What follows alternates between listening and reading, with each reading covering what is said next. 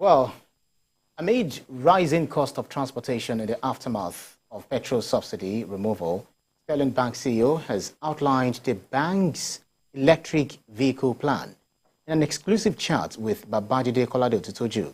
The managing director of the bank, Abubakar Suleiman, said plans are ongoing to replicate it nationwide.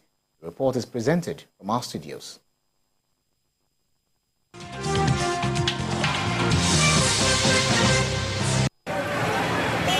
For more than 50 years, successive governments in Nigeria ran the country's petroleum industry with millions of dollars channeled into exportation of crude oil, refining, importation of refined petroleum, and subsidy. One of such heavily subsidized products is the premium motor spirit, popularly known as petrol. It is used in most homes in the country to power generating sets as well as vehicles, tricycles, motorcycles and other combustion mobile engines. On his inauguration on May 29th, President Bola Tinubu announced the end of the subsidy regime. The fresh subsidy is gone. The removal of petrol subsidy threw the market open to price hike by oil importers, leading to all-time high pump prices of petrol.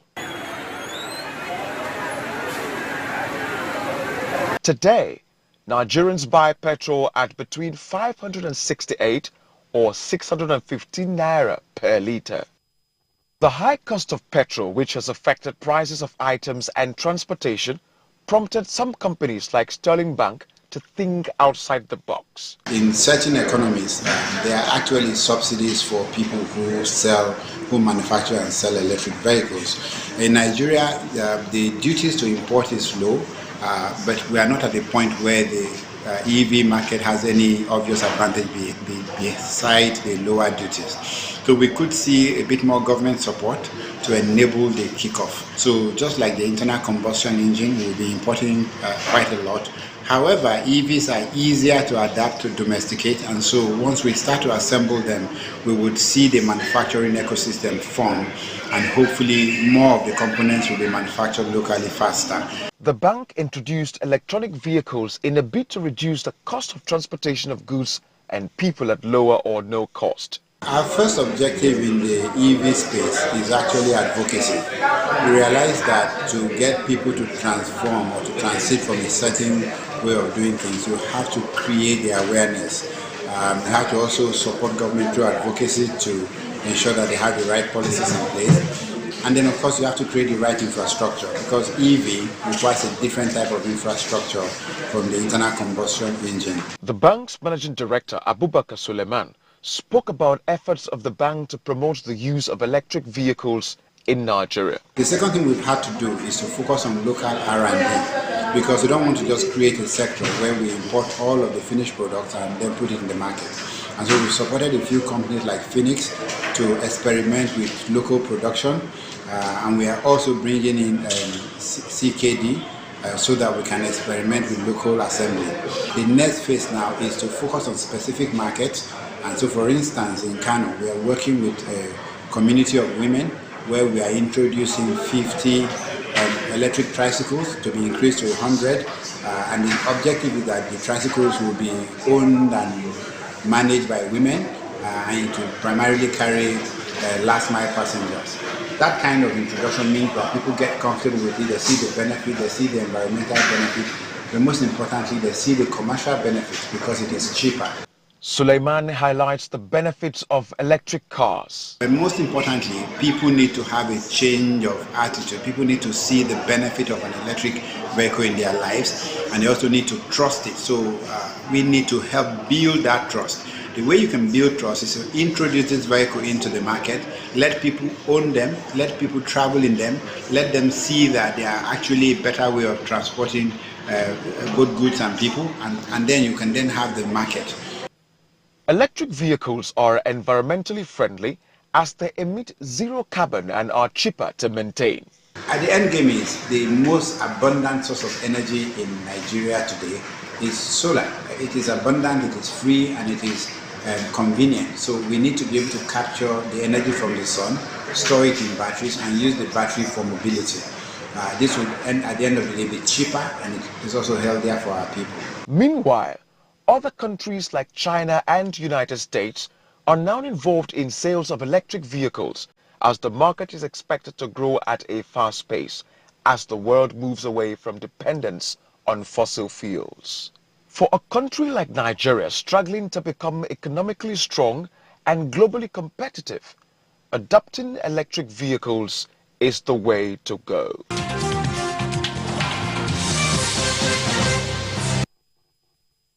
Well, that's kind of breaking news coming in. The Niger coup leader has agreed to dialogue with ECOWAS. It says, and I quote, "We have agreed and the leader of our country has given the green light for dialogue. They will now go back and inform the Nigerian president what they have heard from us.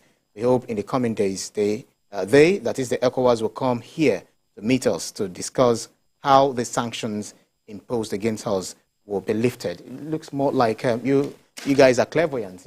You've been advocating that that's what's supposed to be. That's the way to go, dialogue. The sanctions can achieve what we thought the guns can do.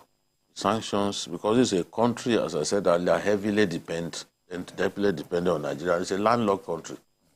So the sanctions can work. If we are patient, the sanctions can help achieve our aim. So it's a good thing that they've agreed to dialogue. There's improvement. Before now, they didn't even want people to come in. Absolutely. So it's a good piece of news on a Sunday like this. Right. So let's get into the very last report that we took. I'll talk about the we've been talking about ensuring that we have clean energy, we have the climate effect, the global warming, etc., and how to move away from it. There's this much talked about CNG as well, but now what we had, in the interview that you did is the electronic vehicle. We've heard about Tesla, etc., but how do you think that is feasible in this country? We just have to start from somewhere. I asked the MD which is more expensive, but he's convinced that everything put together, an electric vehicle is cheaper than gasoline-fired engines. And cleaner.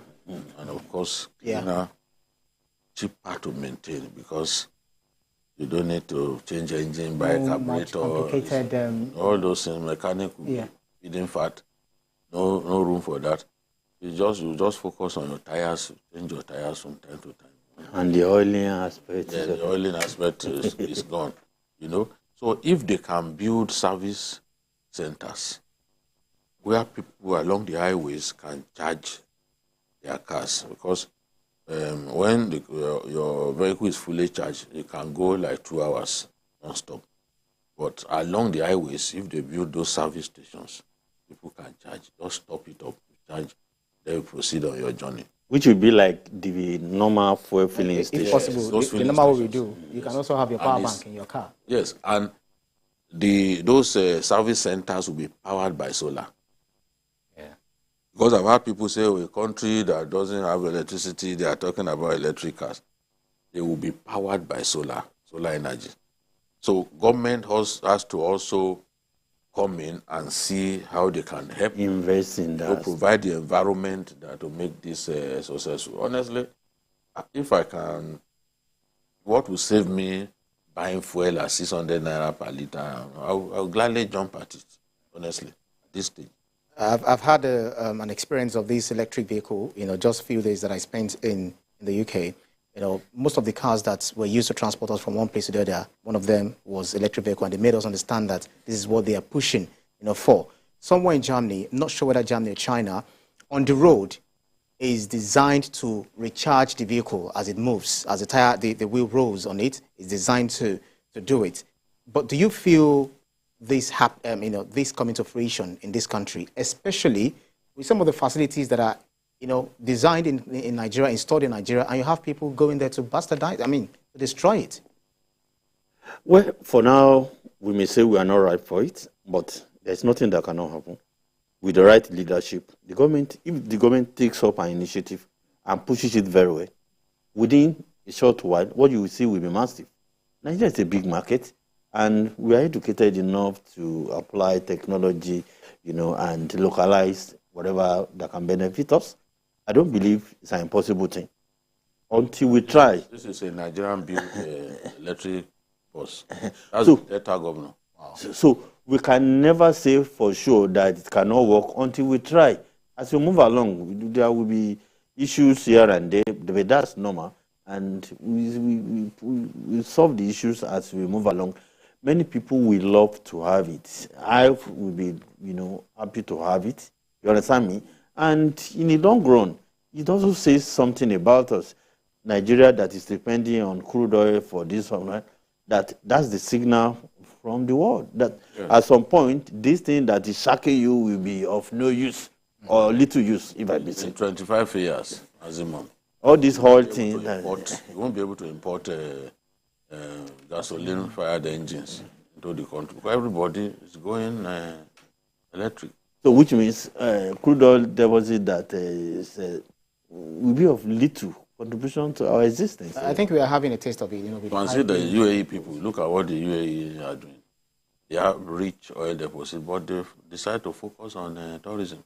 They export. They're making so much money from tourism. So the world is changing, and Nigeria has to change with the rest of the world. This electric vehicle thing, I believe, something we must pursue. And there's a Nigerian company already, Jet Auto Company, owned by the GIG Group, that is already producing electric vehicles.